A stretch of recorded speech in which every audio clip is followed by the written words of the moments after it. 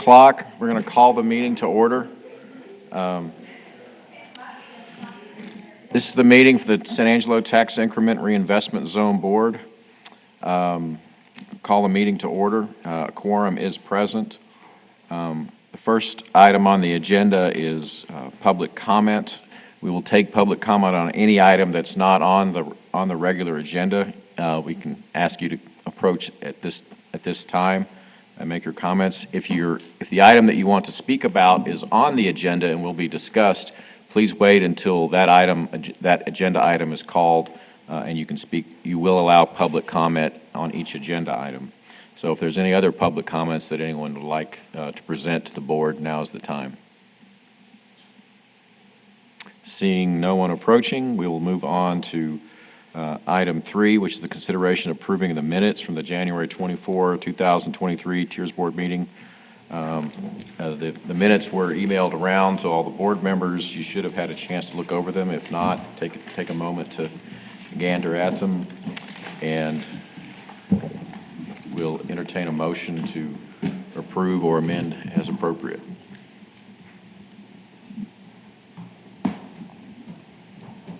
Anyone want to make a motion to approve? Motion to approve. Motion to approve by Mr. Newland. Second. Second by Mr. Maurer. Is there any discussion on the minutes or any other changes that anyone has seen that need to be made to the minutes? All right, I'll call for the vote. All those in favor say aye. Aye. Aye. Any opposed? And the motion carries. The minutes are approved. And don't let me forget, Brian, to sign those before we're done. All right. Item number 4, I think this was about the discussion of possible action on changing the start time of future meetings. I know that my issue with that was once a quarter I have another meeting that starts at 4 o'clock, and so that becomes a difficult whenever there's a meeting on the same day. That's my only issue. And I know, Tony, sometimes you have some timing issues, and I'll just kind of open that up for general discussion. For myself, on those days when we have it, it would be advantageous to start the meetings earlier, but I don't know if that's everyone else's position. You need to turn your mic on, sorry. There you go. Oh. Consideration for the board is, I checked, we can move it back to 2:30 or 2 o'clock, so those are the kind of timeframes that y'all would be looking at as far as moving it and adjusting the times if needed. That's all. That's my only conflict, is when I have those meetings at the same day, but those are usually quarterly. It's not a monthly meeting, so. So 2 o'clock would give us plenty of time to get you to your meeting. I would think so. Yeah. But if everyone's better, if 3 o'clock is better, we can just stick with that, and I'll just deal with what I can. I may call on my vice chair to a little bit more often than the vice chair gets called on, but once a quarter. So I don't know what anyone else's preference is. I don't have a problem with 2 o'clock. Earlier the better for me. Yeah. Always. Yeah. Okay. Do we need to have a form of a motion to do that? All right. Make a motion that we change our meeting time to 2 o'clock. Is there a second? I'll second. Second by Mr. Benson. The motion was made by Mr. Villarreal. Is there any other discussion? All those in favor say aye. Aye. Any opposed? The motion carries. Thank you very much. I appreciate y'all's consideration on that. Item number 5, the financial report. Mr. James. Thank you. This should be familiar to you, so I won't go through all of it, but basically this shows us where we are. I'll note that this is of January 31st, so I have another slide that updates the numbers with the recent approvals of the projects. So for example, the currently available in the south is not 286,000, but that'll show up on a future slide. But this was as of January 31st, which is the last report from our finance department. And then similarly in the north, about 2.2 million. Again, I'll just move on to the next slide, which actually gives us where we are today. The available funds starting January 31st was that 286 in the south. As you know, the city council approved the maintenance funds of about 21,000 out of south funds. And then the recently approved projects that you all approved and just got approved by city council at their last meeting was the 199,000, leaving the south about 66,000. And similarly in the north, subtracting out those maintenance funds and the approved projects leaves us just short of 1.9 million in the north funds available. With that, I'd be happy to answer. Oh, I'm sorry, I did have one more thing that you all had asked for last time. Our finance department gave you the presentation about how those invested funds get invested, and they have now changed the way those are done so that basically the available funds in the TIRZ program are invested with the rest of the city funds, and they've back calculated that beginning October 1st of this past year, which is the beginning of our fiscal year. Because the previous years have already been closed out, they can't go back and change anything in previous fiscal years. But starting October 1st of '22 and moving forward, all of the available funding in the TIRZ budget will be invested through the city's investment process, and therefore we'll be earning that higher interest rate that she talked about last time. And with that, I'd be happy to answer any questions. One, just for clarity, because I know because we're going to be discussing this a little bit in the future on the maintenance funds that were approved by city council that were voted down by this board. Where does that show on this report? Is that under the streetscape maintenance? Is it under Chadburn Street? You know, they haven't actually moved those funds out of the available funds into a category, and so I'm not sure exactly. I would suspect it would go into that streetscape maintenance, although our finance department may create a separate line item specifically for that, but it does not show up on this January 31st report yet. It's not reflected on this report that we're seeing That's today. correct. Okay, and just also to clarify, and the totals that we're anticipating is those that you're showing on this slide here? That will be, I'm just trying to Totals figure out, you know. For the maintenance funds, or? Yeah, for maintenance funds in particular. Yeah, those would be the because- second line Yeah. under each of those. That's, so the total of just a little over 100, like 105,000. Talking about $106,000 roughly, $105,000. Yeah. Okay, and that's for what period of time? Just 1 year? No, that's an annual, It'll be an annual occurring from here and on out. I Okay. believe there was some That's what I mention thought. of cost adjustment each year, you know, with, All right. as salaries change and that sort of thing. I just wanted to be clear in that in my own mind as we get ready for the discussion and another agenda item on down the road. Yeah. Any other questions on the finance report? All right, the approval of the finance report does not require a motion, as I recall. So we'll move on to the next agenda item. Just Go ahead. a question. Sure. Just make sure I'm understanding. We've got $66,000 left in the south right now. Is that right? That's correct.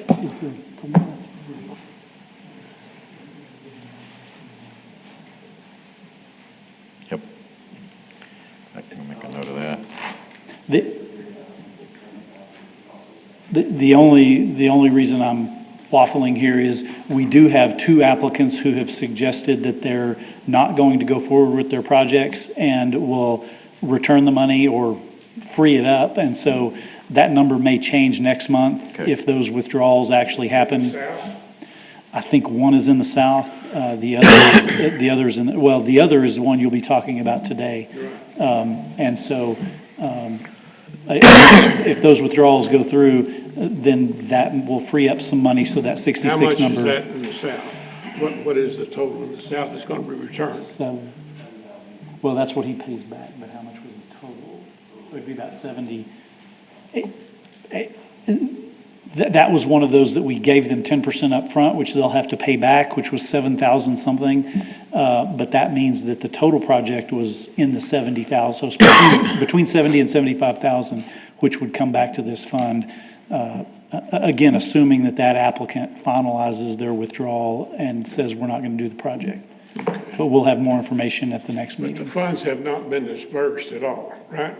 No, but what we do is once you all and council approve a project, we set those funds aside so that they don't show up. But they're not dispersed. That's my That's question. correct. That's correct. And then we'll move those back into the available funds category. Any other questions on the financial report? All right, we'll move on to item number 6, which is consideration of request for an extension for incentive projects at 124 and 128 West 4th Street. Yes, sir. So on 124 West 4th Street, we are looking for a 6-month extension. We're in hopes to complete the stairs and the awning. We're just waiting for some city approvals to proceed to finish the 124 project. That being said, we are looking to withdraw the 128th West 4th project. As you can see, the before pictures, the building has gotten a lot of love. I would say the paint in the back, and you can also see an additional side over here where we have the shrubs were removed, greenery was installed, and it looks great. Also, in the front of the building, you can see more paint. You can also see some care was taken towards the front, windows maintenance. Of course, questioning stairs and some other things as we're waiting just for approvals to move forward with the project. But 6 months to complete it is what the applicant is looking for. And of course, she's here to answer any questions as well. Are there any questions on this request for an extension? And we haven't granted any extensions on this project. No, sir, not this project. Okay. Yeah, this one has, and I think the applicant can speak to it, but she has gotten at least 1 or 2 extensions, but there have been extenuating circumstances, a very difficult project that she's taken on, and so we are recommending that extension. And I think Brian mentioned this, but I just didn't want it to pass by you that the 124 address is they're asking for the extension, but she's asking to withdraw the 128. And so Okay. that was the one I mentioned earlier. Okay. I have some clarification on 128. If you step up to the microphone, just so we can make sure everybody can hear you. Yes, sir. I'm Lori Lara. Like he said, there's some circumstances that were unforeseen. And as far as 128th goes, because of the landlocked situation I'm in, I'm not able to get permits to do some of the things I need to do. And I've asked for extensions in the past. And that's only because I keep running into these problems that were unforeseen. And that has something to do with West 4th Street, period. And, but anyway, the amount that was projected on the cost for 128, that was projected cost was $116,250. With my match at being $42,000, the 10% that was given to me was, I believe, to be exact, $7,425. So if I withdraw this project, it would be returning $7,425 to the north side. Any questions? Is there a motion? Brian, Mr. Benson makes a motion to extend, seconded by Mr. Villarreal. You've done a great job. Is there any, we'll now open it up for any questions or discussion. Is there any other public comment on this topic? And any questions from the board? Hearing none, we'll call for the vote. All those in favor, say aye. Aye. Any opposed? And the motion carries. Thank you very much. Item number 7, update on the status of a project for 4th Street.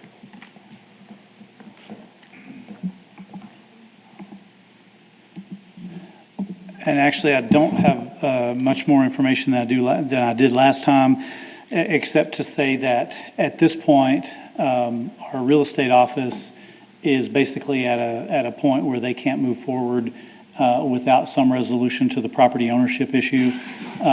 And so in talking with, I think Mr. Pfluger believes that he owns the portion of 4th Street. There are folks at TxDOT that believe they own that. And so the city can't move forward acquiring that until there's some resolution to that. And the fact that TxDOT's involved complicates it even more. And so we're sort of in a holding pattern until that gets resolved.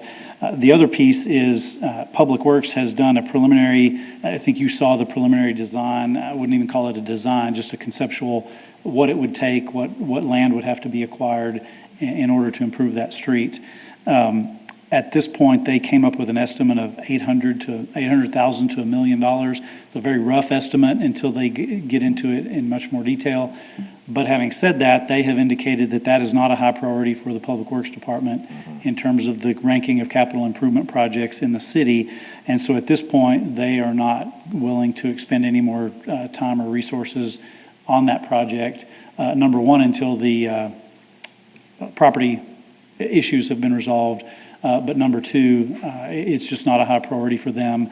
And so their recommendation is if this board wants to move forward, then the board would have to make the recommendation that we go out and find basically a consulting engineering firm that would do the design and oversee the project rather than it being done by city staff, which would probably increase that price a little bit as well. And so that's really where we are. So we're kind of at a standstill until those property issues get resolved. Okay. Any questions? Go ahead. What if there's a curlicue where the property dispute is, where it curls and goes back into Randolph, Martin Luther King, whatever that street it comes into. What if we just improve that section of the street where there is no property dispute? That from Chapman Street west to where that curlicue is. I think I can go back and ask that question. I think the answer from our Public Works Department would be that's still not a priority for them, and it would be even less of a priority to do a portion of a street. It's not for them to decide. It's for us and the city council to decide. No, and you have every ability to, as this board, to make that recommendation. It would go on to city council, and if they authorized it, then obviously they would be directing our public works staff. I think yeah. I'm not gonna beat a dead horse to death. I think if that's something the board wants to do, we can put that on the agenda for the next meeting, have a full briefing on it, and then decide if we want I'm to do not gonna anything. beat a dead horse, John Okay. Mark. All right. The staff's not willing to do it, it's not gonna fly, I can tell you that right now. Okay. All right. Any other questions about the status of that situation? All right, we'll move on to possible reconsideration of incentive. I'm sorry, Lee? Oh, certainly. I'm sorry, I apologize.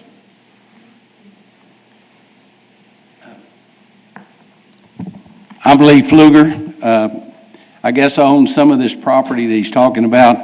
I've heard the discussion for maybe 6 months, talking about, well, there's a conflict and between me and TxDOT. What I've told everybody, if I've got some land there, I'll give it to you.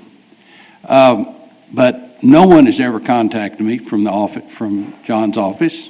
We've never had a discussion with TxDOT. There's never been a meeting with TxDOT or me or the city about this issue one time. Thank you very much. Mr. Pfluger? Wait a minute.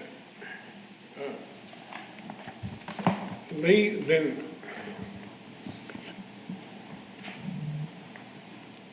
you're willing to sit down with the city and discuss some type of arrangement where they can straighten this son of a gun up, right? Yeah, I'd give them the land. That's not a problem.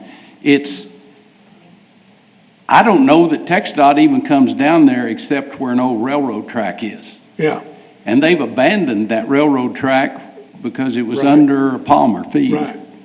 And they abandoned that.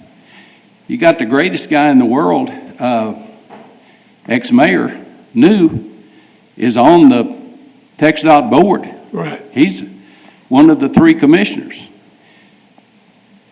Somebody's got to, I have to decide, what do y'all want? I've never seen a map. I've never seen a map that says this is the land that's under discussion or under question. With that I mean, said, it's just, somebody's just got to do some work on it, but to this point, nobody's ever worked on it. Yeah. That's the reason it hadn't got resolved. But I think Alvin New could certainly get TxDOT in line. When And I know I'm willing to give my land. when the railroad abandoned that property, did they quit claim it to the city? Or who'd they quit claim it to? No, they did. They kept They kept title to it. They did, kept on. State of Texas kept title, except under Palmer Feed. And under Palmer Feed, they abandoned it. Okay. But I'd be willing to work with anybody on this thing. It'd be good. Why is that, John? Nobody's Street's horrible. contacted Mr. Pfluger. You just got up and said that there's been no discussions with them. Well, I don't want to disagree with Mr. Pfluger, and I don't want to speak for anyone else, but I have an email from our real estate office that said they contacted him trying to get title information. Well, he just said they didn't. Well, now, I've talked to them one time. I called them. Yeah, I got from John after one of these discussions about 6 months ago.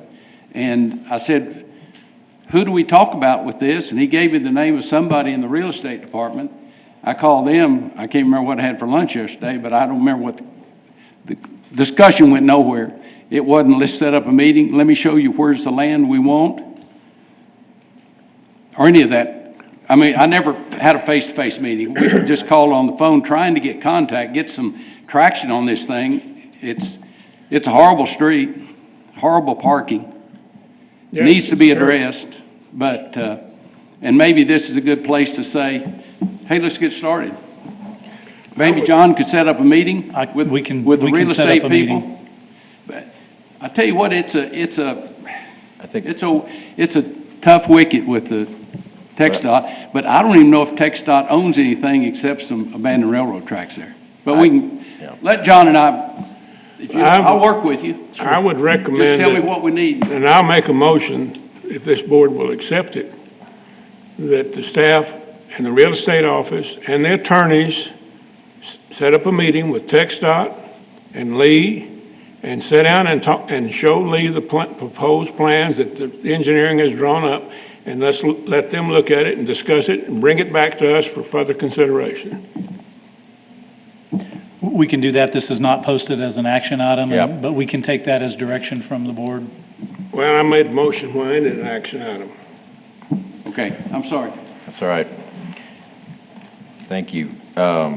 There's been a motion made, but the only thing on the agenda related to 4th Street was an update on the status of a project for 4th Street. If you'd like Well, to put it, if you'd like to put it I on would the next. consider a meeting of all interested parties an update. And I think you could consider a motion, but if you don't want to do it, you don't want to do it. I don't We'll- think that's we'll move anything we forward can either take a way motion with a on at this meeting. point, but Then I do want an item on the agenda, John, next week, or next month for a report on the status of the meeting that you had with all Okay. parties concerned. And I understand, and I'm fine with that. Put that on the, it's been requested by Mr. Brown, put that on the next agenda. For myself, I still don't understand or agree that this is necessarily a project that's within the purview of TIRZ at this point until there's actually something that we can identify. But I'm okay with continuing to have the discussion because I know it's important to some members of the board. But it's as much of a project for TIRZ as downtown streets are. Well, I'm not going to disagree with you on that, but we'll talk about that in just a second. So we're going to move on. To item number 8, possible reconsideration of incentive funding for a project for a nonprofit organization at 1720 Martin Luther King Drive. This is the project that we considered at our last meeting and voted to approve. My understanding, and correct me if I'm wrong, Mr. James, is that because of the specific provisions related to nonprofit organization and the rules of the TIRZ, it has to be by a supermajority. Basically, we would have to have 7 of the actual board members, of the total of 9 board members, vote to approve for this project to go forward. We did not have 7 votes at the last meeting, so that's the reason this is coming back now. Is that correct? That's correct. I think our incorrect assumption was that it was 3/4 of the board members that were voting. present. It's actually 3/4 of the total board of 9, so it does take 7. And I before we proceed, I do want to ask the applicants, because we do not have the full board here today. Mr. Gaylor is ill and recovering and is not able to be here today, so we do not have the full 9-member board of the TIRZ here to consider this and vote today. So there will be only 8 members voting. Is that correct? Yes, Yeah, we got that's 8 right. members. Point of information, we have 8, and 3/4 would just require 7 votes. That's correct. Yes, so 7 of 8. Seven. 7 affirmative votes is required. You would have to have 7 affirmative votes today, and there are 8 members here. So I do not know how anyone is going to vote. I just wanted to give you the opportunity, if you would prefer to defer and have this reconsidered when there is a full board here of all 9 members. I would not be opposed to doing that, but it's up to you. If you want to go ahead, we can certainly go ahead and have it considered.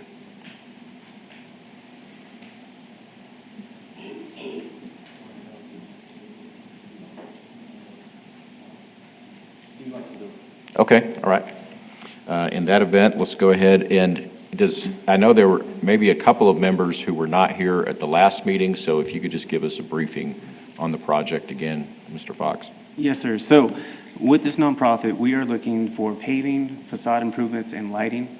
The gist of the money, of course, match 15, we're requesting $71,845. The board is correct. We did talk about this last time, and we did receive 6 votes proceeding for it. But for those who weren't present, I just want to say this is the work that could improve this church. The awnings, the concrete, windows, everything could be as well.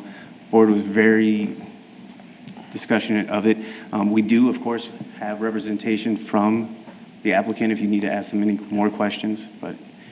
Let's hear from the applicant if the applicant has anything they want to say first, and then we'll see if anybody has a comment. We need a little help. As we discussed last time, as you can see, we need improvements on our parking lot. That used to be a gas station out there, and then the building was torn down sometime after '95. And so we have metal protruding up that needs to be taken out.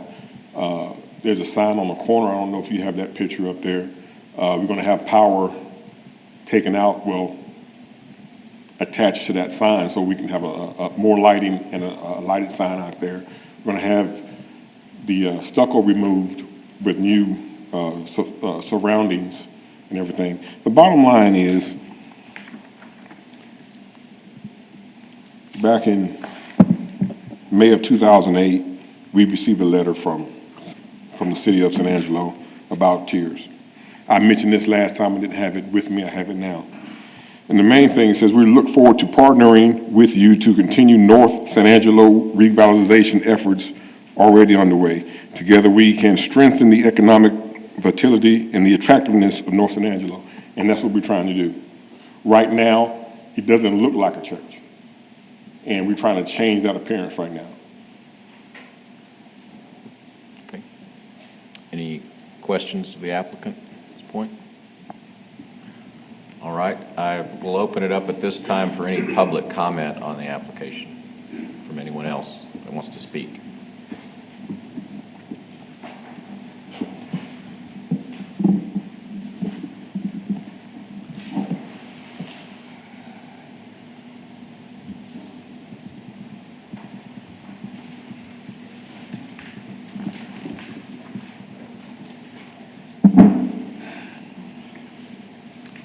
Good afternoon. Thank you for this opportunity to be before you today. My name is Evelyn Smith, and I'm one of the ministers at this church, Gethsemane. And I want to tell you how I got involved in this TIRZ program. I went to the city council meeting last year and for a totally different subject, and I heard them talk about the TIRZ program. So I went up to the front when they had public comment and asked them, was there any funds available in this TIRZ program for nonprofit organizations? And they told me no, and they explained to me why. And I said, okay, thank you, and I sat down. Well, after thinking about it, I came back to the next meeting to ask, were there any funds anywhere in San Angelo for nonprofit organization? Before I could ask, they mentioned in the meeting that the TIRZ program was on the books to be voted on for nonprofit organization. And so I went up to the podium and I said, well, you guys just told me last meeting that there was no funds for TIRZ to help nonprofit, and now it's back on the books. And they told me, well, yeah, it had been on there before, so it was brought back. So I'm like, oh, good, this is, thank you, Jesus. I was all happy about that. And so I went to tell everybody about it, nonprofit organization, as well as businesses, because a lot of businesses didn't know about the TIRZ program. So we got our application in order and put it in, and then I was very concerned to hear about that the city council had asked the TIRZ board to remove the possibility for nonprofit organizations to apply. So I just wanted to say that on the TIRZ program, one of the incidents you have to, the increments was that you have to have a significant economic impact. And what I want to say is that we're not just here to fix our church. You can see our church does need some help. We've tried to do a lot of things on our own. We have fundraisers and so forth. Like right now, we're trying to raise funds to fix and get a handicapped bathroom, which is going to cost like $50,000. So that's a lot of money to try to raise. So I went to my pastor and asked if we can put in this application that would help us at least with the outside, because we're not just trying to fix the church, we're trying to fix the community. We want to beautify the community, because the businesses that are down the street from us, they can look fine and they can look beautiful, but if you've got other nonprofit organizations in that area that doesn't look very well, it's not going to impact the business either, because people drive through Martin Luther King. They will not stop. And so if we beautify the area, I think it would impact the rest of the businesses that are there. And I did talk to Western Skies Restaurant, who's over on Chadbourn. I did talk to Window Depot. And I asked them, what do you think if we were to beautify our area and up and down Martin Luther King as well, do you think that would attract more people in that area? And they goes, yeah, be more business for us if you guys do that. And those 2 letters are in our packet, that they weren't able to be here, but they did write and say, yes, they believe that would help them as well. So as we improve our building, we will be using Window Depot as one of my examples. They're doing our windows and our doors. But even though we get the impact of the beautification, they get the impact of the increment and the reinvestment funds. The funds go back to the business. So we're trying to use funds of businesses in the north side and the south side to help us beautify our building. But the funds actually go back to them. And I think that was the purpose of what I understand of the TIRZ program anyway. It's not like the nonprofit is getting any funds. We're trying to help reinvest it back into the business. And as we do, as a nonprofit organization come and put in their application, which we'll be talking to a lot of them about putting in the application, and as they use Window Depot and some of the other businesses, all those funds are going back into the business. It's not like you putting it, giving us the money, putting it back into it. So I think that's an economic impact to our businesses also. So we're submitting our application and seeking the Northside TIRZ funds, and we believe that we have met all the eligible requirements. The project criteria that's on the application, the incentive types, and the qualifying award ranking requirements that's on there. And so we propose that the blighted buildings in those areas be improved that will impact and benefit the overall fiscal impact of the area, including the businesses. It would help the businesses. So we believe the improvement of the nonprofit building will have an economic impact and a positive impact on the community. It will be visible to the public from the streets. It will beautify the community and draw the public to the area. It will benefit the adjacent businesses in the community for the purpose of property tax impact. The business will benefit from the community improvement. So we respectfully request the TIRZ funding to be approved to benefit the community and revitalize the area and to complement the business as we work together as a community. Thank you for your attention. Thank you. Is there any other public comment on this request?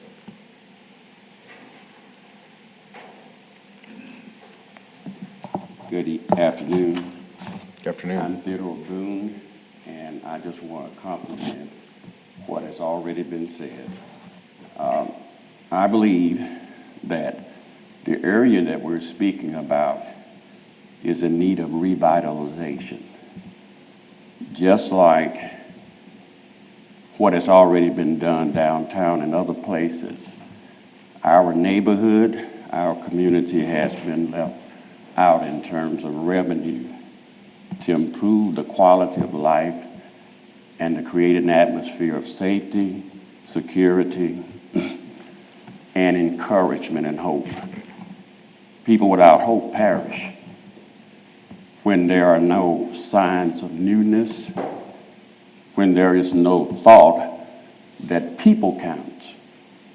I think one thing that we're not considering about nonprofit organizations, they're not all churches. But many of our community citizens work voluntarily to keep things on a level that would show that people are concerned about them. I believe that Dr. Martin Luther King Drive was cut in half. It was severed. There were prominent businesses of African American origin that were along that path. And over the years, because of population shifts, and to be honest, a change of perspective about relationships, death hit the earth. I just believe it's time for resurrection. Where we are, and we're going to present our proposal, is at the heart of the community. There is a cluster of nonprofit organizations that are centered between the interstate and the 18th Street area. Most of them are library. Not only the library, but we have what I call a cultural cluster. We have a library. There's a school down there that's historical corridor. I think it's time to give people hope. It's time to cut the lights on because it's a dark area. It's time to bring new life, and we are engaged right now in planning to do some things that I believe will provide some assurance to the community that's about unity, about diversity, but not just diversity, but about how we can change the atmosphere of our relationships, about what we do. What we do now will send a message to our community that people count. I believe the city council is there not just for business. I think the city council should be there for the community, for all the citizens, and for all of the citizens to have equal opportunity to have access to resources to improve their quality of life. We complain about crime, and we keep complaining about crime. But when do you invest in an environment to change it from a dark, dreary place where people are uncomfortable to coming to a place where people would be glad to come because of an atmospheric change? I believe Martin Luther King Drive is a corridor. It's a corridor that's many vehicles pass up and down that road. If ever they started stopping, and if there was ever something there to stop for, I think it would begin to change the atmosphere of our community, the atmosphere of how we view each other, and the atmosphere says people count. For as sure as TIRZ will cut down trees,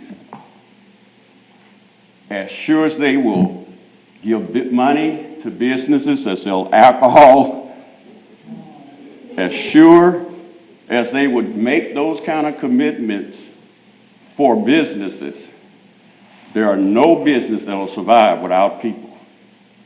You take people out of the factor and understand that those people who are involved in nonprofit organizations, they are committing themselves, most of all with no pay, to make a difference in our community. They are doing things in our community that the city isn't. So I'm just saying, think about this.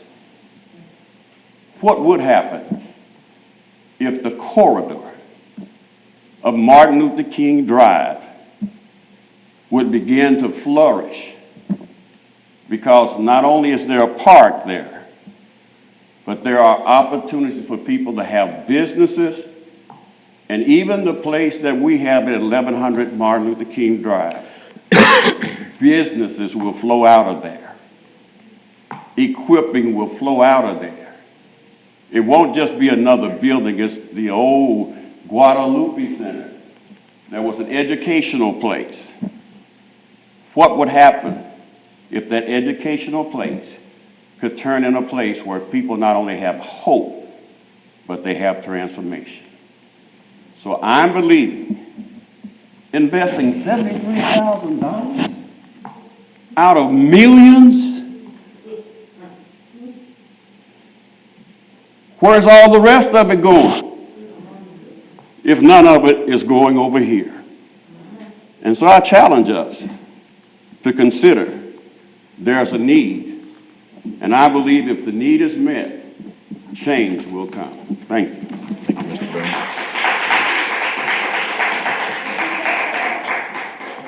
I'm sorry, I want to piggyback on some of the things he just said. Like our church, we have programs in line too, and we bring more people over to help the community. But we also partner with the school building that he was just talking about. I myself belong to a club called Glow International. We're in 170 countries. If you can pull us up on the app, you'll see us. But we're just a lighthouse here in San Angelo, and our sponsored lighthouse is in Odessa.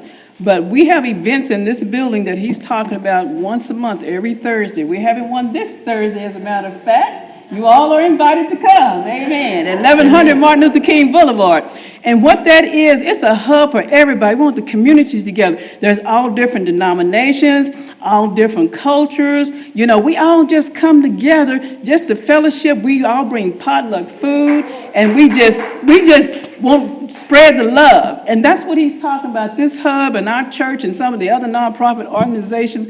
That's what we want to do in that area. And one last thing is that I talked to Kathy. She is the lady who does the movie theater downtown, and I talked to her, and she's willing to come over in our area and help us in the building that he was talking about, that was Guadalupe School, and show movies over in the north side of town. You know, we don't have anything like that. We want to draw people. They don't have to be people we draw from the north. We want to draw from the north and south. We want to get everybody together. So if you guys would help us in this process, then we believe that money be well spent to impact and have a significant impact on the communities. Thank you. Thank you, ma'am. Mr. Myers, you had a comment? Yeah.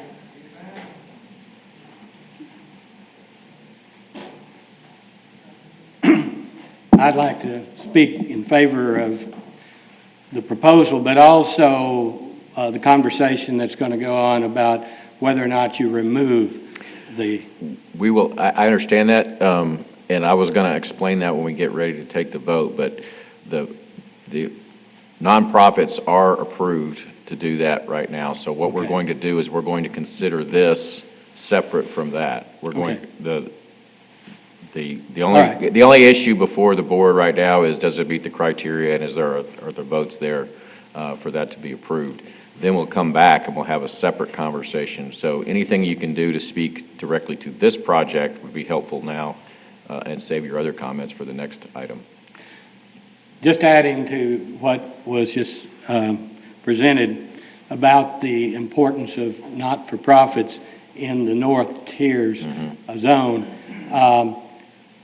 I've been to virtually more Tiers meetings than anybody around. I've troubled Lee Pfluger and all the other people who've been chairs there because of the issues of the North and the problems. That's the elephant in the room, and that's the difference when you present the financial report between one large balance and one that's not there.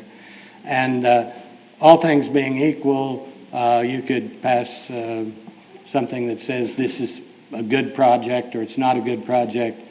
But in the North Tiers, one of the things that makes not-for-profits eligible, and this one in particular, if you look at it on the corner with three particular churches, is the fact that the anchoring of whole blocks in the North occurs with not-for-profits in a way it doesn't in the South. All things being equal, they aren't equal. In the North, there are very, very few buildings that are on MLK and in some places on Chadbourne as well, where there are anchoring buildings that stand there as a place where people might want to come and improve their properties on either side or start businesses. Downtown, a church, First Methodist, First Christian, Sacred Heart, First Baptist, are not going to want $50,000 from TIRZ to do something. Neither would Shannon. They're doing quite well in building in the north side, or south side. But the fact of the matter is there are whole blocks that depend on the presence of a church as the only structure that has any continuity and any value to that block.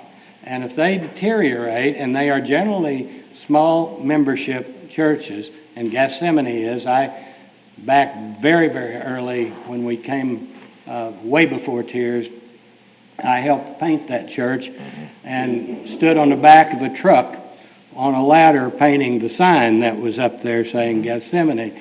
Our church was there to do that.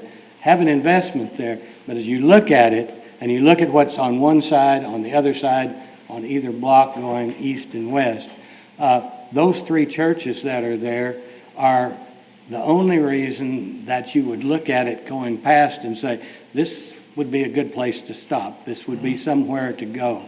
The traffic that comes through here is extremely valuable to the whole community, and the improvement of that particular building would enhance all the other goals that TIRZ might have as they look to the very late efforts to improve the North TIRZ zone. Thank you, Mr. Myers.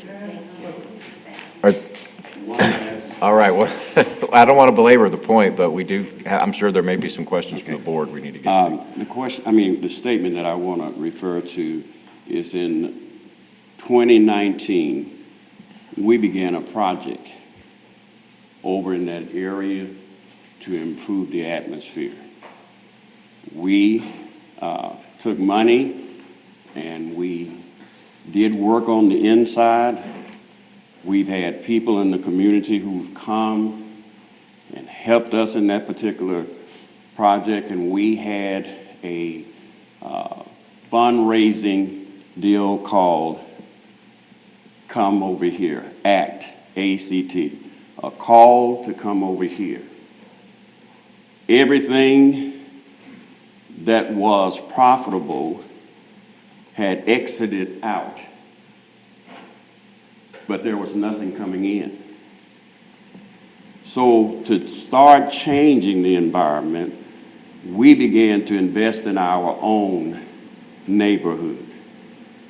We took the leadership and we took the initiative to be creative with the limited resources that we have to let people know what can happen when you make up your mind and when you have vision. We have a vision to change our community. The question is, are there others willing to join us in that effort because what we're calling forth right now is called a bridge connection, connecting with people who are willing to help make a difference in making our community safe. We need lights. We need security. We need the environment to be such that no one that comes over there will be intimidated because of darkness. We are adjacent to the gymnasium that's over there. Hundreds and hundreds of people come over there playing games in Carl Johnson Gymnasium. We're on the same block as they are. We have the same fence. We have the same heart, because right now the city is looking at homeless people in the cold, that instead of going to a hotel and paying $100 a night, they're starting to let those people come over to Carl Johnson, which is right on the same block that we're on. We're not against that concept, because all people need help. And so what I want to say is this: help us. People always say, help yourself. But I'm saying, help us. I guarantee you, if you help us, your return will be greater than your loss. And so, thank you again. But my heart, I've been around here for 38 years. And people have not even been getting crumb off the table. No one cares enough to assist in the pain and the hurt and the lack of opportunity as well. We don't all have the same opportunities. And we don't all have the ability to go into the bank and get a loan. We don't have it. But such as we have, we make the best of what we have. And we're going to make it better. Thank you. Mr. Boone. Yes, sir. Before you vote, if you look at on your upper left-hand corner picture, y'all have the same picture, right? Yes. The front door, someone busted out the window back in October and November. That's one of the reasons why we get new doors put in. Just one weekend, someone right before Sunday, I went in Sunday morning to start service, and the glass was almost busted out. There was spider web. That's one of the things that we changed. We're talking about security, and that's what we need. Okay. Thank you. Are there any questions from the board on the application? Any other discussion? Is there any other public comment on the application? All right. We'll entertain a motion then to approve the application. I'll make that motion as we had stated the facts at the previous meeting that met all the criteria. They are eligible to participate, and the impact that it'll have, not only economic impact, but the spiritual impact that it'll have in that area. Make a motion that we approve the application as submitted. Motion's been made to approve as submitted by Mr. Villarreal. Is there a second? I'll second. Second, Mr. Mauer. Discussion. It's open for discussion. So if there's any discussion, you want to speak, Mr. Brown? There are multiple resources in this community, private resources, that are available for this congregation, which I understand have not been approached. I'm not opposed to nonprofits.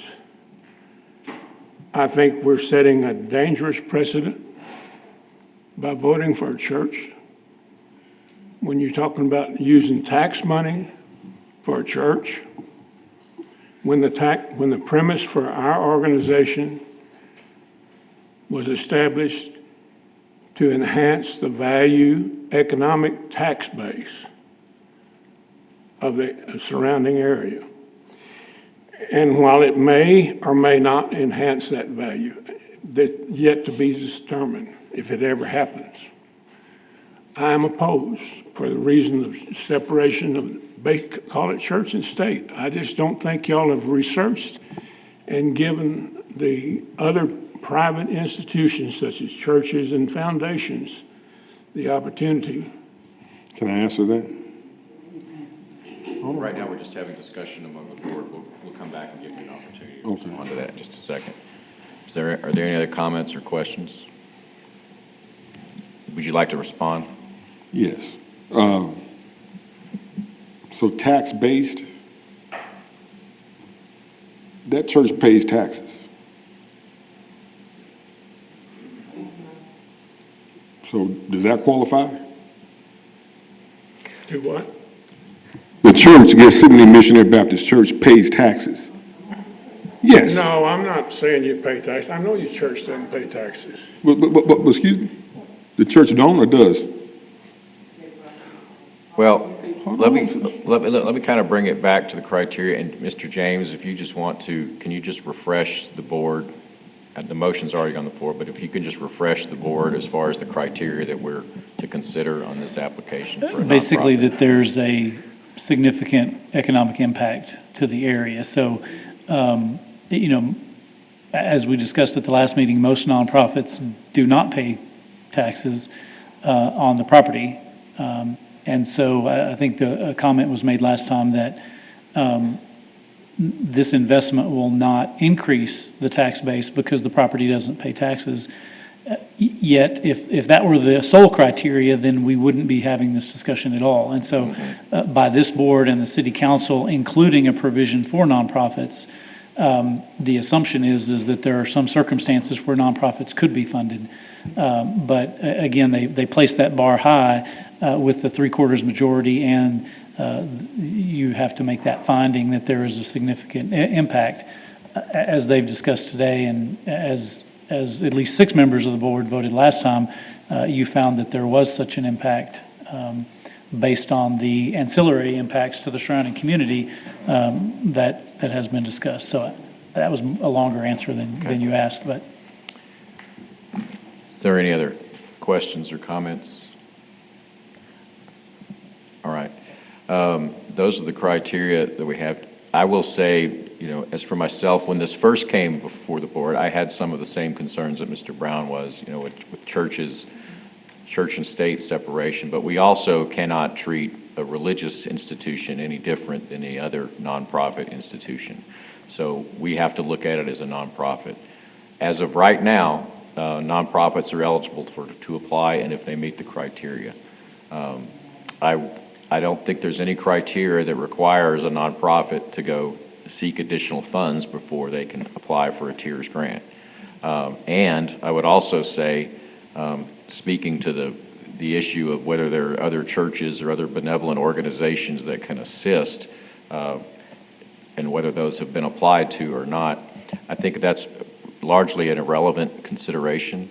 I also think, you know, there are other churches, there are big churches in this city who certainly could, if they chose to, engage in mission activity and work in many areas of our community, but have chosen not to.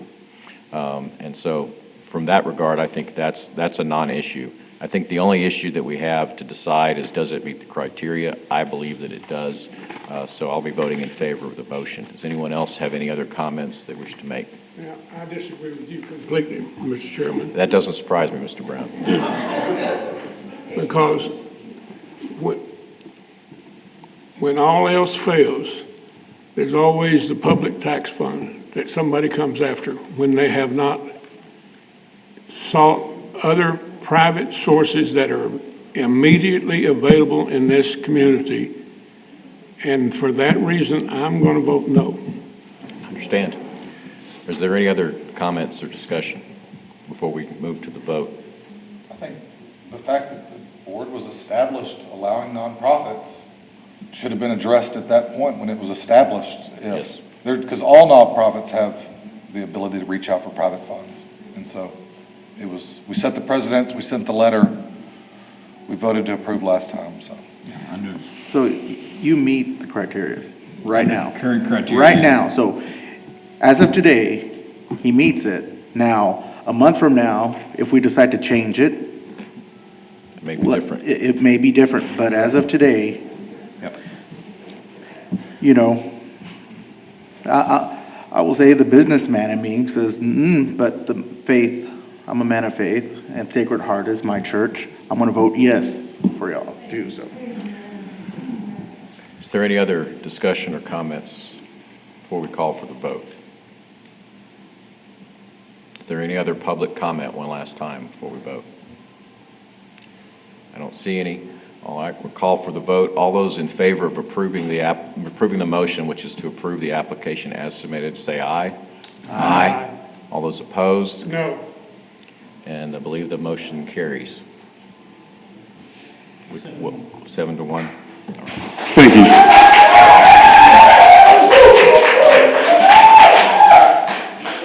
All right, we'll move on now to item number 9. Discussion, direction, and possible action on moving the boundary between the north and south tiers areas. I know one of the questions that I have, and I'm sure other board members do as well, considering the history of how TIRZ has tried to struggle with this issue along with the city council, is where the proposal came from. Because it was not, this proposal to discussion to move the boundary was not a proposal that was made by the TIRZ Board or that the TIRZ Board asked to have on the agenda. And so I believe it comes from city council. So I'm just curious to know myself, and I'm sure the other board members probably would as well, is where that proposal comes from. Yes, you're correct. And so I think the first mention of this idea of moving the north-south boundary came up in one of the town hall meetings that we held where we invited the public, kind of gave them an overview of what the TIRZ program is, what it does. And as part of those discussions, and I honestly don't remember which meeting or who may have brought it up, but that was one of the suggestions that came out of the town hall. As you can see there on the screen, at the December 13th meeting of the city council, they brought that up and recommended bringing this item to the board for your input on whether or not to move that boundary. There were a couple of council members who thought that was a good idea, but not all of them spoke, and so it wasn't a vote. It was just given that there were at least 2 council members that... John, who were the council members? It was the mayor and Councilman Thompson that mentioned in the meeting. Again, it wasn't a full discussion. Their direction was simply, why don't you take it to the board and get their input? All right. And before, I'm sorry, I didn't mean to cut you off, but to try to direct the conversation, can you go through, is there a specific proposal on where to move them and what to move them? Is. And I would also like to say, have there been any rationale put forward as to why they should be moved? Yeah. Okay, I'll try to answer I know, those to as the best extent you that I can. I know you're not the city council. Sure, so- and so there was, as I said, there was a very limited discussion. First, I have the boundaries in case we need to come back to them, but that's the north boundary as it currently sits, and there's the south boundary. You can see, here's the kind of the zoom in of that current boundary between north and south is the yellow line. So it sort of squiggles around, but it's largely 3rd and 4th Street, except, right in there, it comes up Bryant and then over to that boundary. Basically, that's the frontage road of the freeway. And so the orange line is the proposed new boundary between north and south. The rationale that was given at the city council meeting was that Harris is the north-south divider. So in terms of addressing, everything north of Harris is North Chadbourn, for example, and everything south is South Chadbourn. And so at least for the suggestion of this consideration, that might make a logical boundary between north and south where that north-south dividing line is. Show me what the new boundary for the north and south is. Which one is it now? It's the orange line. That's the proposed Orange line. It would be Harris Orange. Avenue all the way across. Which one? The bottom. The old one is 3rd Street. So the That's one right here. Yeah, the orange line would be the new line, all the way across on Harris. Okay. The current line is this yellow Right. line that squiggles through. I do have, one of the, a board member asked this question. This is just that entire tiers, and I know you can't read this, but that is all of the projects that have been approved in the tiers over the past, since 2009, actually, and that's a total of 125 projects.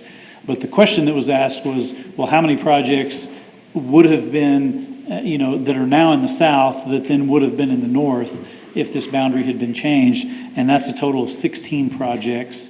This, you can see basically everything south of the yellow line but north of that orange line. I think all but maybe 2 or 3 were on Chadbourne Street. And then there were, it looks like 2 that were not. How, the discussion that has been going on for a long time was the huge amount of money that we have in the north versus the south, whereas the largest number of applications we get is from the south zone versus the north zone.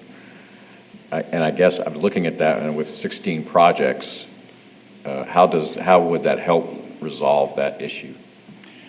This wasn't specifically mentioned as a rationale, but I Okay. suspect that one of the reasons that this was brought up when it was that it basically adds territory to the north, thereby allowing any of the projects in this entire area here to be able to be funded with north funds instead of south funds.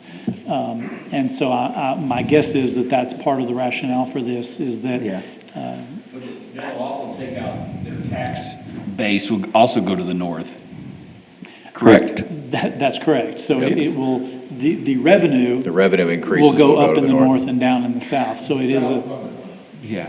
That's not good. That's not- John, That's not good. is Shannon part of that? Would Shannon be part of that north? I'm sorry, Shannon, is it? Shannon would still be, Well, they don't pay. As so a they're- nonprofit. Well, Yeah. they're a nonprofit, but we're still under the guideline. Well, of I think helping them. virtually all of Shannon's campus is east of Oaks here, so it's It would not for the be most part outside outside of the zone. boundary. I think they may own a couple of parking lots on the other side of Oaks up in here, but the bulk of their campus is not within the TIRZ zone anyway. All right. Does anyone have any questions for Mr. James about what the proposal is before we open it up just for general discussion amongst the board? Any specific questions? All right. And before we proceed with discussion among the board, I will open it up, Mr. Myers, or anyone else that would like to speak to it on public comment. I would like to hear from the public first on this proposal. Or anyone that wants to speak to it. At the same time that the downtown has been flourishing, and we're really proud of that. It's amazing. You don't go to any community this size that I've ever seen that has a more progressive or dynamic downtown, and that's been because of the efforts in the last, I'd say, 15 years to develop business and to utilize it. In the same time, though, as you look at the north side and what's there now, something equally important has been taking place. The reason I have been at TIRZ meetings is because of the overlap with the neighborhood revitalization, which is residential. And in that same period, a group called West Texas Organizing Strategy, in conjunction with the city staff and the city council and not-for-profits and private business, determined to take the 4 blighted areas as designated by the city and start renovation in there. And the 2 of those 4 are Reagan and Blackshear, which are the areas that include the TIRZ program. And in that time, the tax base has increased incredibly in that area. The residential areas which were designated had 80% substandard housing at the time. Now it's lower than 20%.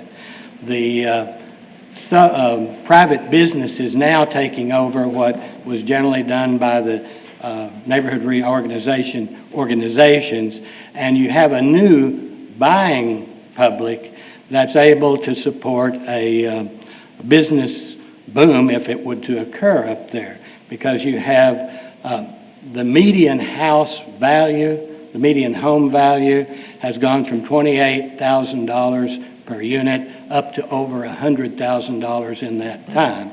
And so you have a community that at the beginning of TIRZ was not able to sustain, new business. You had mostly small mom and pop shops along with some industry.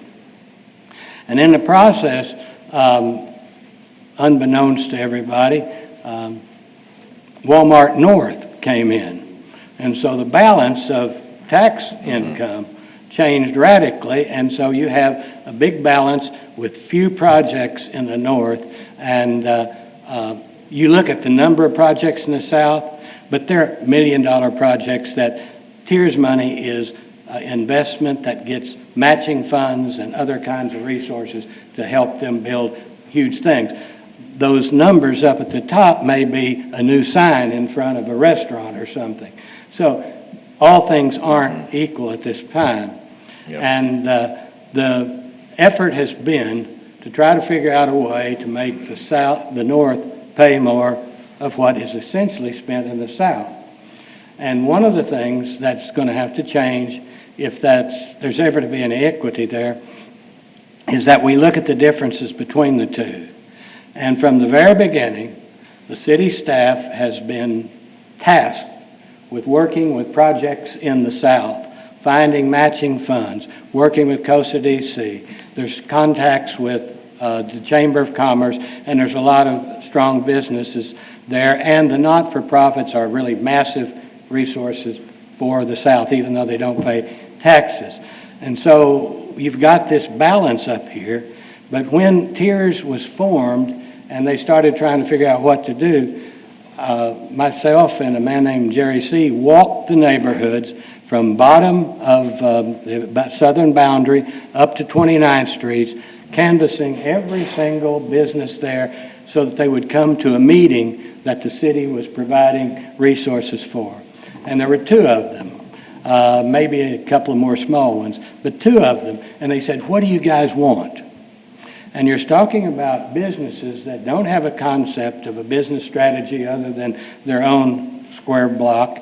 And they didn't have any organizations like a subsidized downtown organization, which is designed to help do the development that is necessary. We want the downtown to develop, but the resources that are matching in the south are not available in the north. The amount of staff time, and then the south wound up with a blue ribbon committee that was looking at redevelopment and continuing development of the south and long-term business strategies. Nothing like that exists in the north. So you send out flyers and you say, you can, if you can catch it at the right time, find out that you can apply for an application with certain limitations, and it doesn't impact the streetscapes, the sidewalks, finding matching funds for business. It really doesn't do that. So they don't have this, and if you move that boundary there, what you're going to do is say now the same real kinds of affinity that the businesses in downtown have for one another are going to get half of their projects, major projects, funded by the north. And so you're not going to have that imbalance in balances. The way to correct the balance is to provide a blue ribbon committee that looks at a long-range plan up there on property acquisition and publicity that goes out and recruits the kinds of businesses that are there, and strategies about what kind that corridor business would really benefit not only the community there, but the people out at the rodeo that go downtown, etc. Servicing them the same way. The tax money, that's a given, but the resources that enhance the tax money's impact is not there in the north, and it's not going to solve anything in the north to take away money that could be spent there if they had the access, the support, the resources, and the strength that has been given in the south. And so I sure hope that you don't want to take another chunk of tax money from the north instead of figure out ways to spend it effectively. Well, and just to clarify, I don't think the proposal is necessarily to take tax money from the north. What it would do, though, is move the boundary further south so that these areas would be in the north, and so funds that would be spent in that area would be from the north, and any tax increases that grow would also be in the north as well. Correct. We said earlier, one of the board members said earlier, the funds that are going to be taken to the north. They're not going to go to the south. Yeah. So you're taking money from the south. You're expanding the size of the north. Right, exactly. And in relationship, and just got to go back to comment on what he made, the comments made, the National Main Street Program was established in the mid-1984 period. It was a national initiative to revitalize downtowns all over the country. In major cities, downtowns were deteriorating because of the suburbanization of America. Mm-hmm. Everybody moved out and left downtowns isolated, and there was no activities. The tax base for major cities was deteriorating because all that money that had been afforded to the community disappeared. And so the Main Street program began in San Angelo. Downtown San Angelo was created way before I got here by the business owners and the property owners. They're the ones that stood up and said, we have got to do something because we're dying on the vine. When I arrived in 2007, there was nothing going on in downtown San Angelo. There were 3 businesses that were open after 5 o'clock. Majority of the properties, which still are, the majority of the properties are basically nonprofits. Nonprofit, they don't pay taxes. And so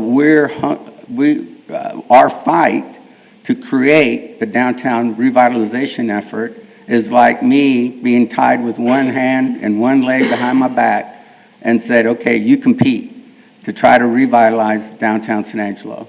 And so Downtown San Angelo Inc. was created. It's a part of the Texas State Main Street program, which requires a contract with the city of San Angelo before you can establish. You just don't become a Main Street program. You have to apply. And the city council, John, you may have been on city council when it was approved to establish downtown San Angelo. And so the funds that are available in the South, and by the way, when the TIRZ funds, and it was downtown San Angelo who created or started the initiative to create the TIRZ zone, because we understood, and I say we, I wasn't there, but the people who were in charge at that time understood that we needed to try to clean up the facades of the buildings that were in our downtown that would help motivate and create the positive energies that everybody looks for in every community. It's not just downtown, everywhere. And so I'm not necessarily for moving the line. I have my reservations about moving the line. I think just leave it as it is. And the South TIRZ, we're winning and we're doing well. Prior to some of these meetings, when Tony Villarreal made a comment, I got with Theodore Boone and Evelyn Smith, and my recommendation, and I even said it at one of the town hall meetings, why don't the people in the north, business owners and property owners, do the very same thing that downtown San Angelo businessmen and property owners did, and create an organization. I even sent a link and some information about an organization in Abilene, Texas. John, you're the one that actually told me about that organization. It's I CAN. It stands for something. Abilene North, something, the citizens of Abilene.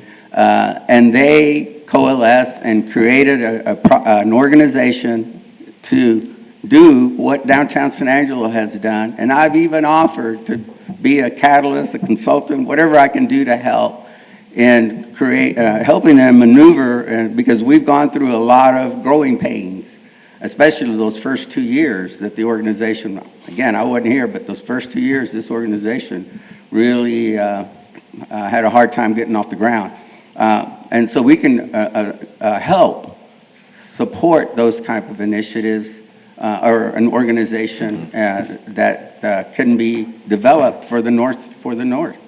But as far as the line is concerned, it really doesn't matter to me or downtown San Angelo whether you move it or not. Thank you. Thank you very much, Mr. And I like your hat, by the way. Sic 'em Bears.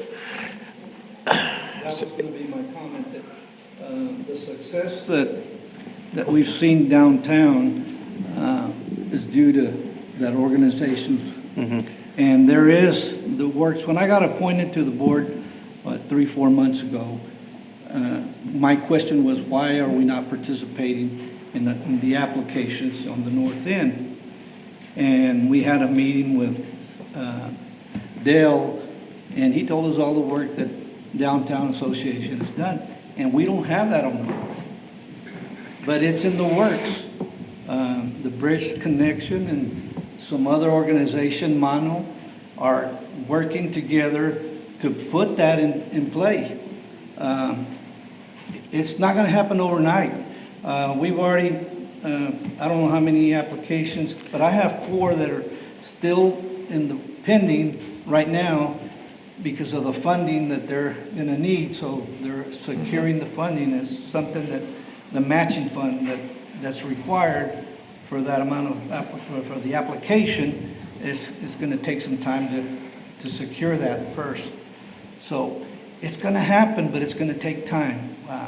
We got to let, like Dale said, he's going to be a consultant or assist us in putting a group together that we can have the same success that we're seeing downtown on the north end of town. But that's our commitment, and that's my commitment as a board member, to be active and make sure, that's the representation that I have sitting on this board, and the responsibility that I take in making sure that we are successful. But we're going to need time to put it together, and there is people that have businesses up there that would contribute and assist in any way to make sure that we have that revitalization happen on the north as well. Yes, ma'am. You have a comment? I agree with Mr. Myers and Mr. Vasquez and Mr. Villarreal. From the meetings I've been attending at the city council, one of my understanding is that why they wanted to move the line was because of the funds that were unused in the north side. And that's why they wanted to move the line. And I understand that there was a lot of effort to try to contact the businesses in the north side that these funds were available. So when I found out about it, which I spoke about that earlier, I did visit a lot of businesses and talk to them about that, and a lot of them did not know. Now, we appreciate the TIRZ program. I talked to Mr.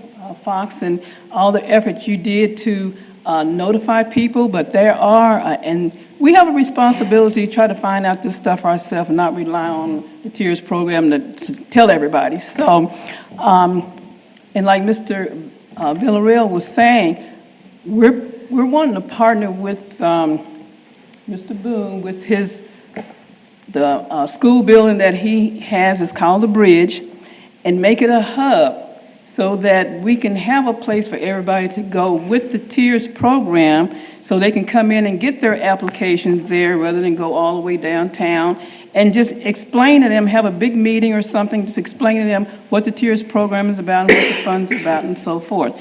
So with all that said, I wish that we would just leave the zone line where it is right now and give the north side an opportunity to get the information out, like Mr. Villarreal said. It's going to take some time, and let us make an effort to get the information out and start using those funds. And I believe that with that hand in hand, that those funds will be used. And I just believe it hasn't been used because of the information that didn't reach a lot of people. So I ask at this time if you just leave the line where it is. Maybe you want to visit it in the future, but give the north side an opportunity to use the fund. We're proud of our downtown, that they did what they did. Looks really, really nice. But give the north side an opportunity to do what they can to revitalize their north side. Thank you. Thank you. Let me just ask for the board, this is, it is set for possible action, but is there anyone on the board who wants to speak in favor of or thinks that we should consider moving the line to Harris Street at this time? I want to speak. Go ahead. I find it amusing that two of the members of the city council, the mayor and one other council member, who, and I understand, voted against this board's recommendation to maximize our funds so that in a more orderly and equal basis, are now proposing to move this line. And I'm not opposed to moving the line, but I question why we do it on Harris. Why not go to the river and put it all there and put the tax base where the most applicants are? Mr. Brown, if we do that, both tiers, there won't be a north or a south, they'll be all one. Well, That's correct. that's right. and that's a topic for another day. No, it's not. well, It's up for discussion today. If we're going to move the line, we can change it where we want to go, if this board All right. says so. All right. That's not correct, sir. Point of order, I stand corrected. Let me ask the question, is there anyone that wants to move the border to the river? Okay. I think the frustration that I know I feel about this topic coming forward, I think is what Mr. Brown is also expressing, and I agree with him on that, and I think there are other members of this board that also agree with that.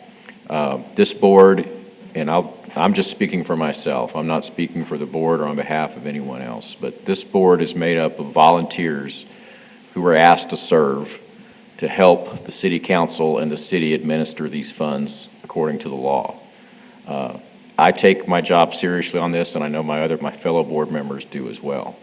Although I may disagree with the recommendation, I may be on the wrong side of a vote in the TIRZ Board, I do not appreciate the city council rejecting recommendations that we make out of hand, and then taking decisions that we disapprove and turning around and basically because they can, the city council can just say, well, you didn't like that proposal. I'm speaking of the maintenance project that we disapproved a while back, that the city council then, without any notification to us, went ahead and put on the agenda and approved anyway.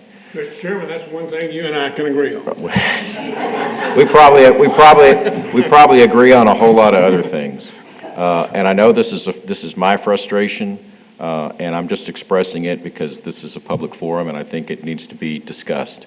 If the purpose of this board is to just do what the city council wants to do, or to rubber stamp things that the city council sends, I don't think there's anybody on this board that is really all that interested in doing that job. We are here to do a job that we were asked to do by city council members.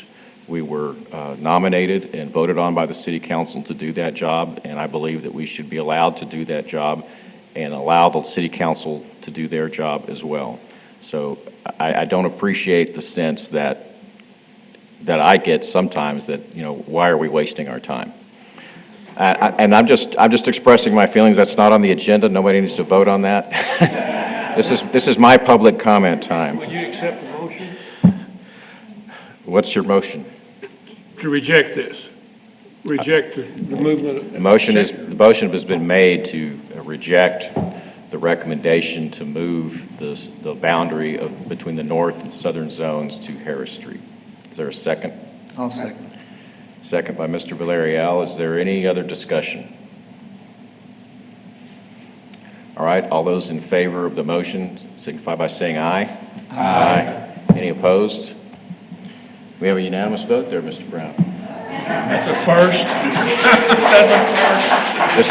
it's not the first, and it probably won't be the last, but we'll go on now to our other topic of discussion, which is what I know some of you are also here to talk about, which is another issue that was sent back to us down by the city council, which was to consider changing the policy to not allow nonprofit organizations to apply for TIRZ funds in the future.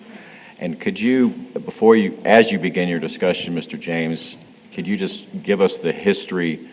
Because at one time, I think nonprofit organizations were not eligible. I think the rules were changed to allow nonprofits to apply, and now it's coming back again, asking us to go back to what it was originally. So just the history of how that. And I don't have the dates, Okay. and I don't know, and maybe I know Mr. Pfluger was involved when the TIRZ was first started.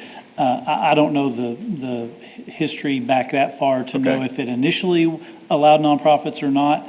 I can tell you that was changed. I believe it was 2019 where nonprofits were added as eligible when they had, I want to say they had not been eligible.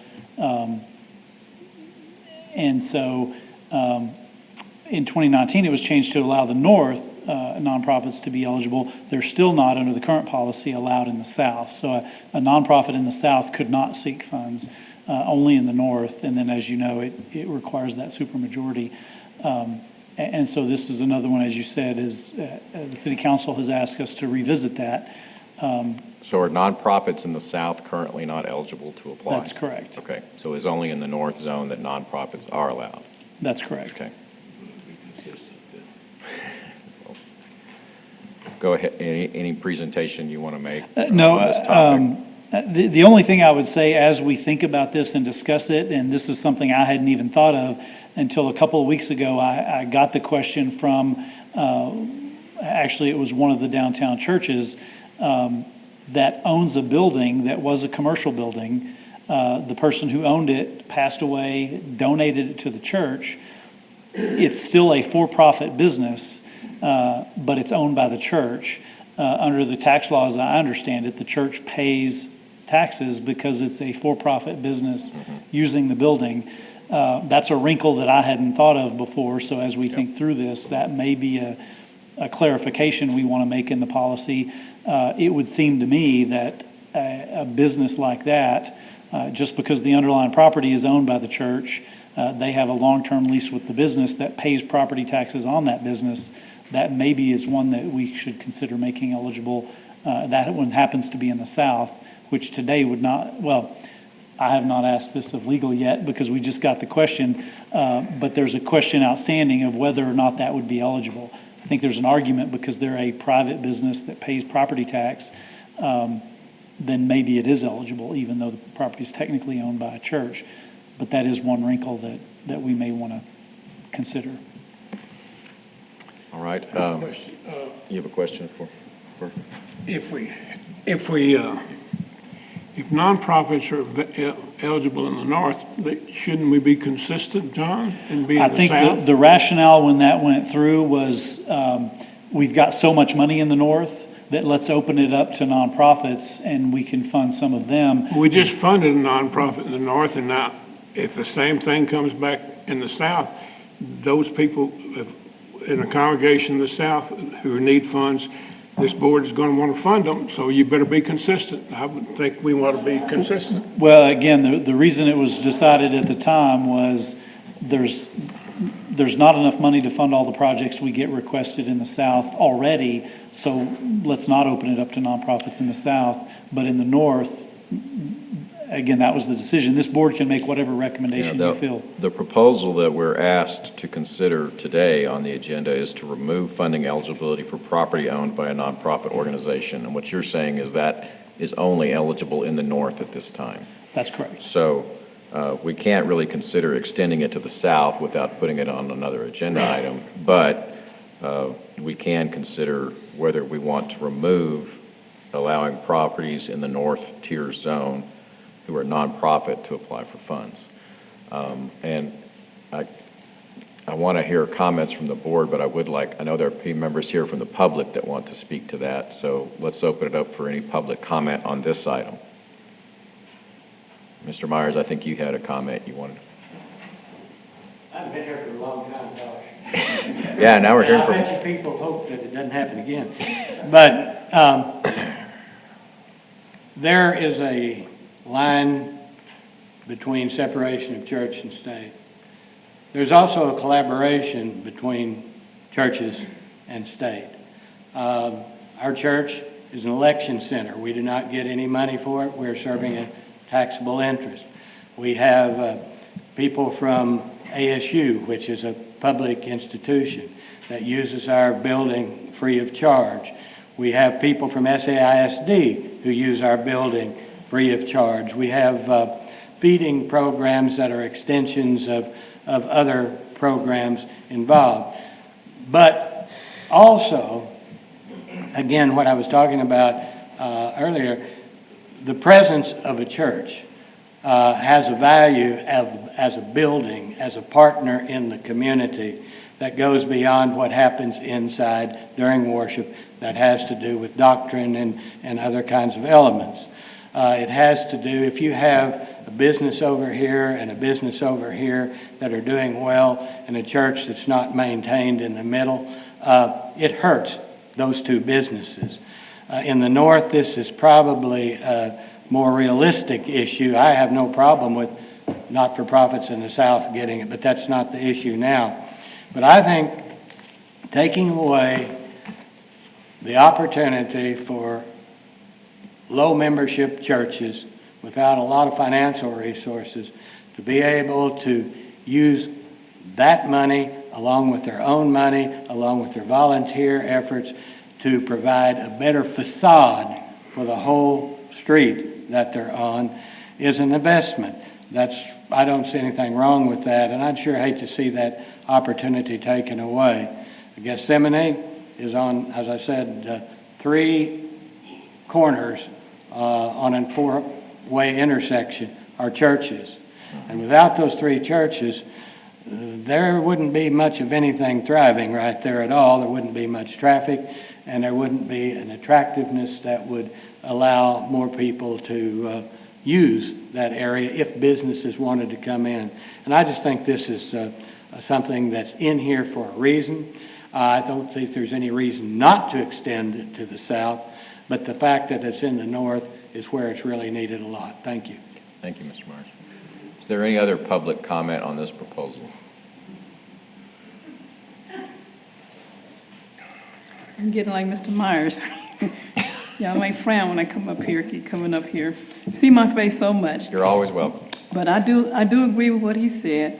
And the other thing that I gathered from this, from going to the city council meeting, the reason they want to remove us again is to get the north side funds. And I heard this come out of the mayor's own mouth when I was there, saying that the nonprofit organization should be removed because they have no economic impact and we don't pay taxes. But all the things that you heard here already that was voted on, that nonprofits should be included, should be using the TIRZ funding, is also to help impact the community. And on the north side, like I said earlier, those funds, there's a lot of funds still there because people do not know about those funds. And you just voted us in to be approved for funds, so I think, like he said, we need to be consistent. You can't remove it now. You've already voted 2 applications in. That wouldn't look nice going to the city council, you know. So I just pray and wish you all would continue to help with all that's been said today about the nonprofit organizations and what it can do to the community. Don't just look at it as nonprofit organizations that don't pay taxes. We're the same people that go to those businesses. We're the same people that buy stuff. I get taxed. Everything I do, I get taxed. I think I have a better life if I don't have to pay all these taxes. I have a little more money in my pocket, but we pay taxes and we support everything. So nonprofit organization, I think, should not be removed from that because we are community people that also help the businesses. Thank you. We'll open it up. Is there any other public comment? Mr. Pfluger. Thank you very much. I'm Lee Pfluger. I would give a little history, real short. When we started the TIRZ, we had nonprofits were left out because we had a lot of push from the county, because the county is one of our participants.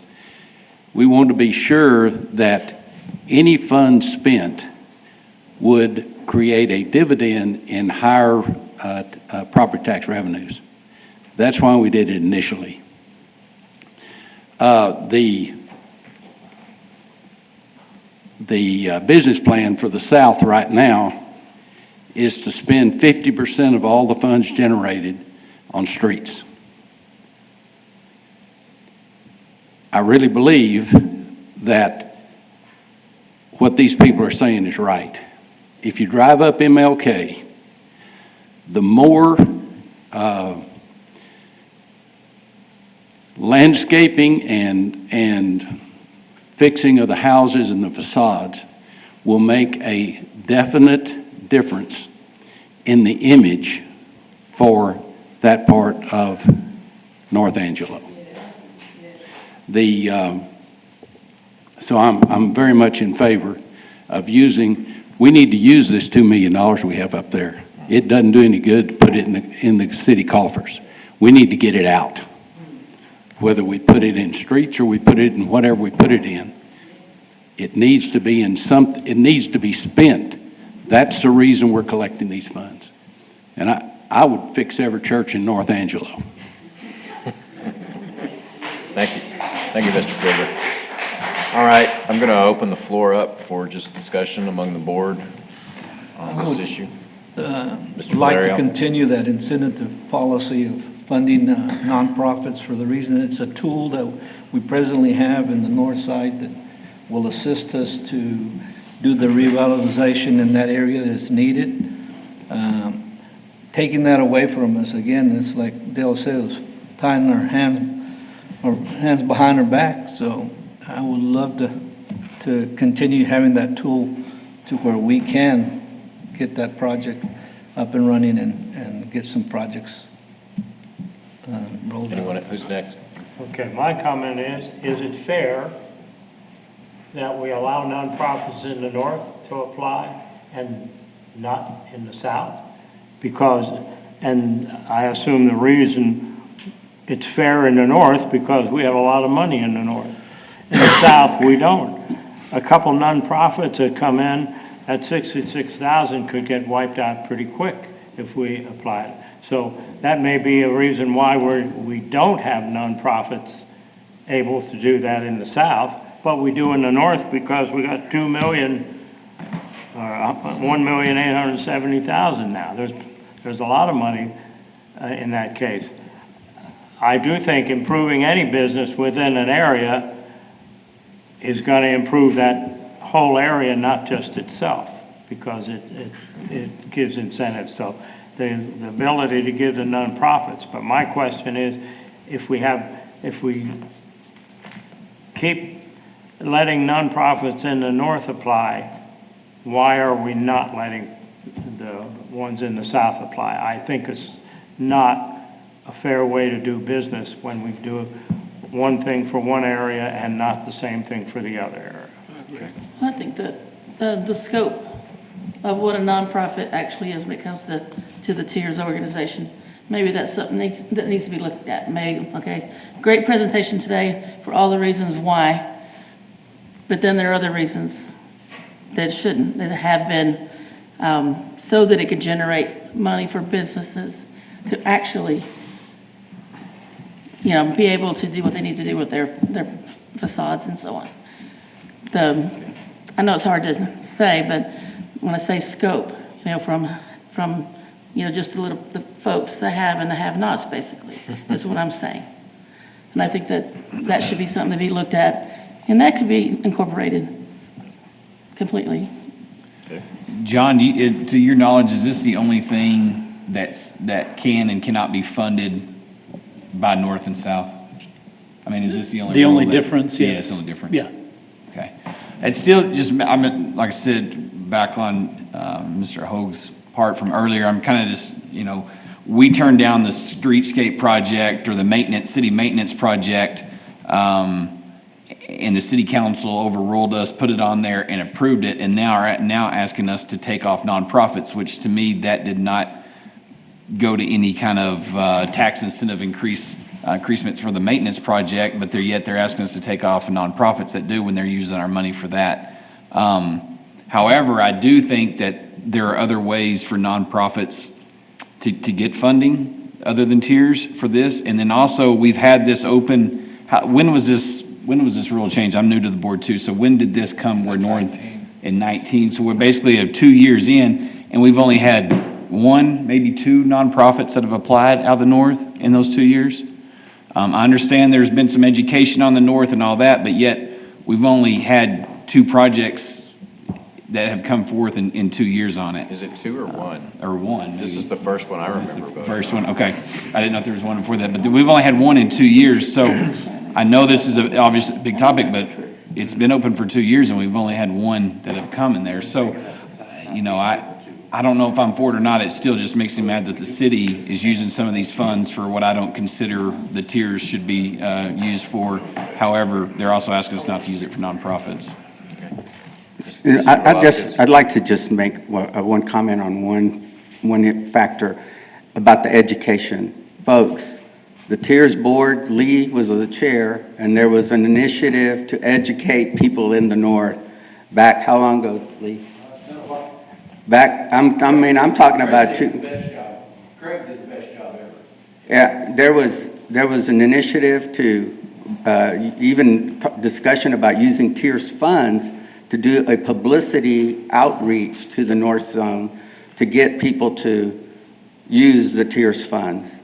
I mean, I can believe, in fact, I'm remembering correctly, it was in 2009 that initiative started. There was another one in 2016 or 2017. There was another campaign, and board members, I know Jason was involved in it directly, went out and campaigned to try to get the word out. So it's not fair to say that there's been no one out there saying anything about educating people in the North. There's been 3 town hall meetings in the last year. I don't think anyone's saying that the city hasn't made any attempt to do that. I'm talking about TIRZ Board. Yep. I'm talking about the TIRZ. Okay. Yes, ma'am.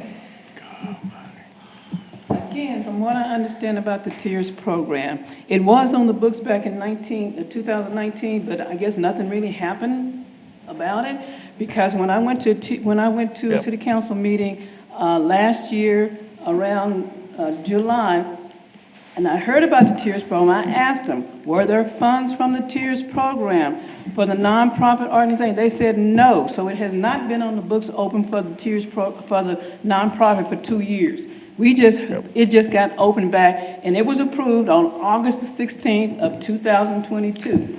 So that's how long it's been open to the nonprofit organization. This time that we know of, I don't know about 2019, but from what the mayor told me, that it was not open.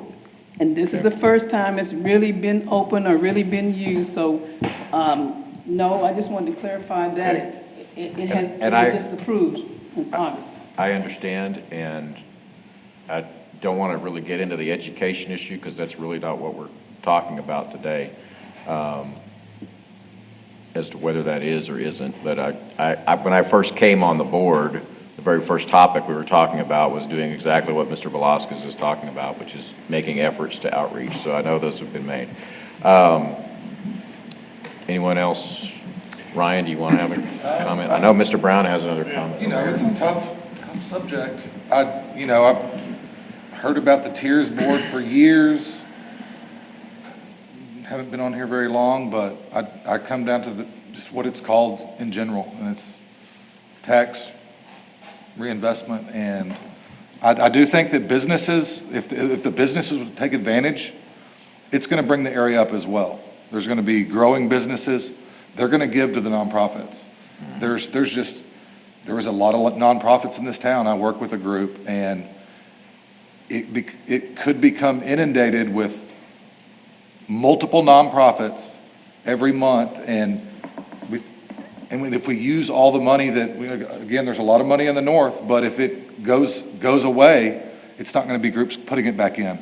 And the businesses that are paying in taxes, it's hurting them as well. Yeah, I don't completely agree with that assessment. I mean, my view is nonprofits, it depends on talking about scope. What are we talking about? No one would argue that Shannon does not have an economic impact on this city. Correct. Or West Texas Rehab, or any other number of nonprofits that bring a lot of economic impact into the city. So, there may be nonprofits that have little, and I think that's something that, I'm generally in favor of leaving the proposal as is, let it continue to see if that becomes a problem. But I think, nonprofits, even though they may not be taxes on their property, they can have huge economic impacts, and so, that's my perspective. Stephen, okay. Quick, too. Turn your mic on. Yep. I'll say this real quick. Everything Ryan said, I agree with him. And there are businesses that, I'll say this, Fernandez Restaurant cannot get any help from the city right now as long as I sit on the seat. Mm-hmm. So that's not fair that we can't get it, but, a nonprofit could. Mm-hmm. That's not pumping anything into the tax system. And, it's just, this is a very sensitive subject. And you want to help people, but you got to draw a line somewhere. And Mr. Brown had a comment you wanted to make. Item number 9 says, discussion, direction, possible action, removing the boundary between discussion, action Refunding regarding amending the TRZ. My motion is no, we do not amend the policy, but to bring back at next board meeting the possible inclusion of the South as nonprofits. If we're going to be, it's discriminatory, it's discrimination if we are not going to allow nonprofits in the South. Because I guarantee you that some church or some group that's viable that this board would recommend funding for would come from the South. And if we funded one in the North, we ought to be able to do the same thing for the people in the South. That's my motion. Procedurally, could I ask you to amend the motion to be a motion to reject, or basically leave it as is, and then separately, after that motion is voted on, then we just have the request to staff to bring the issue back? Would that be acceptable? All right. Mr. Brown has made a motion to leave the policy related to nonprofit organizations as is. Is there a second? Second. Second by Mr. Villarreal. Is there any other discussion on the topic or any other public comment? Hearing none, we will call for the vote. All those in favor of leaving the policy as is, say aye. Aye. Are there any opposed? Yes. One opposed. no. One? I'm opposed. Okay, who's opposed? So we got Mr. 1, 2, 3, Mr. Newland, Mr. Benson, and Mr. Fernandez. All right. Motion carries. And part of that goes with the request that, and I do think it's open, should be open for discussion. I've heard that from several members here, is to bring back whether we need to have the same policy for both the north and the south zones. All right. Moving on to item number 11, the director's report. Anything additional to what we've already talked about, Mr. James? No, the only item I have is the one mentioned there. There was a question last time about the maintenance project. First, I'll say that it's not unusual for projects to go to a board or a commission, and whether they're recommended in favor or against, for that to go on to the city council.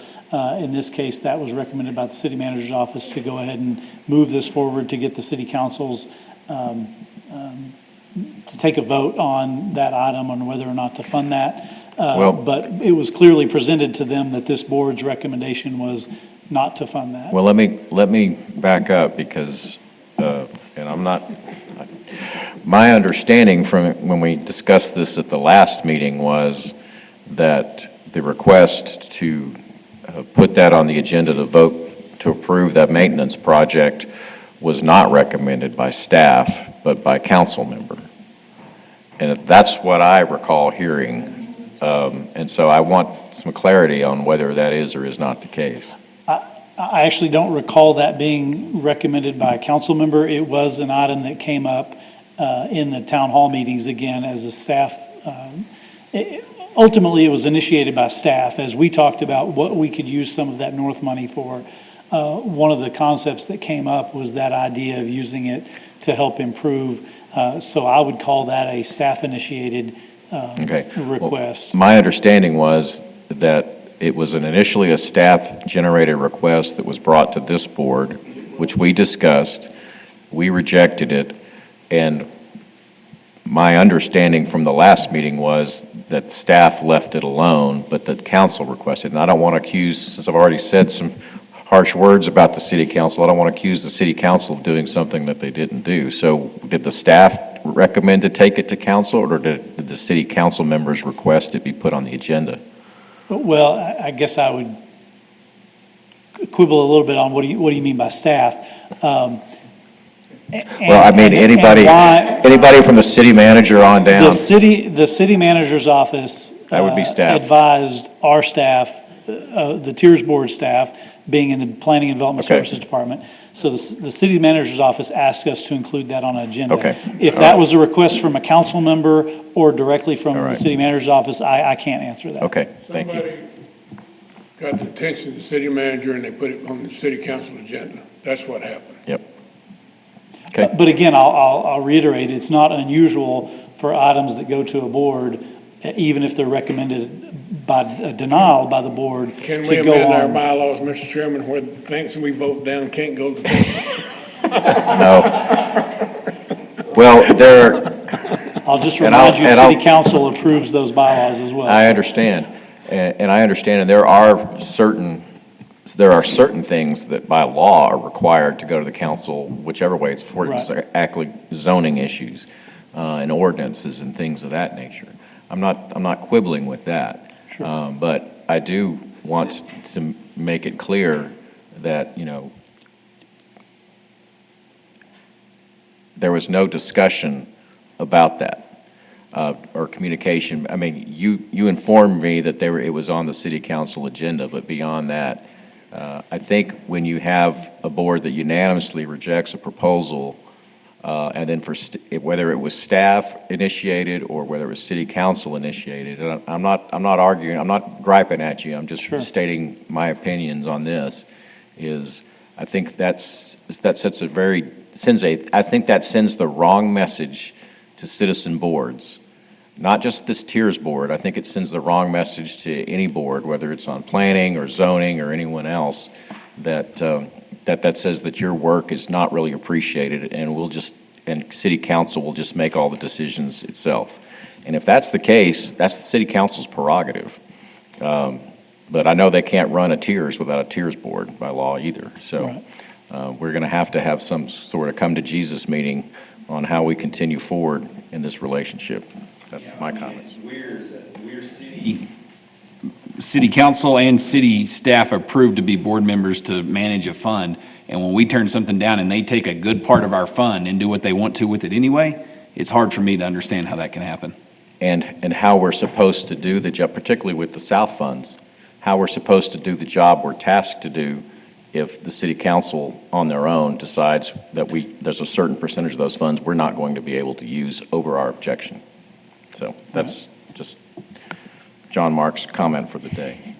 Is there any other, we've got the issue related to extending the nonprofit approval to the South Zone for the next meeting, which is in March. We have one in March? Yes, we have a meeting scheduled every month. We typically meet 6 to 8 times a year. So periodically, if there's little or no items for the Yeah, but agenda, we'll skip. My understanding was that looks like we would have some projects to consider at the We next should, one. yes. Okay, So all there right. should be a March meeting. Is there any other items that any board member would like to add to the agenda for next time? You're going to add the nonprofits on the south for next? Yes, Next yes. board meeting, okay. Then I have a house cleaning, a question for John. When you make up the agenda, if you would add some words, which I used to add, so that the council or the boards could do whatever they wanted to if they need to take that action. If you would just phrase your items, consideration and action on anything that's listed on your agenda. That way, if something comes up, we can take action. Like today, we couldn't take a vote on something, what was that, on the update of 4th Street. We couldn't take a, because it wasn't an action item. If you could We put can down look at that. consideration and possible action on those type of items, it's a house cleaning thing that keeps us legal. Well, I will say that I'm fine doing that. In some cases, if the discussion is broad enough,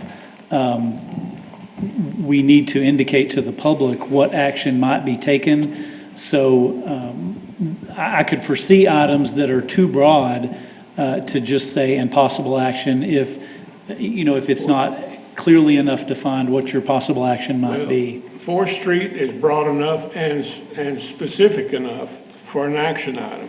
Right, that one I would agree. We've been talking about it for over a year. Longer than that. All right. I agree with that. If there are any other items to be added to the agenda, if not, I'll entertain a motion to adjourn. I motion. I'll second. Motion's adjourned, Gone, seconded gone. by Tony. All those in favor, say yes. Yes, all right, we're adjourned. Thank you.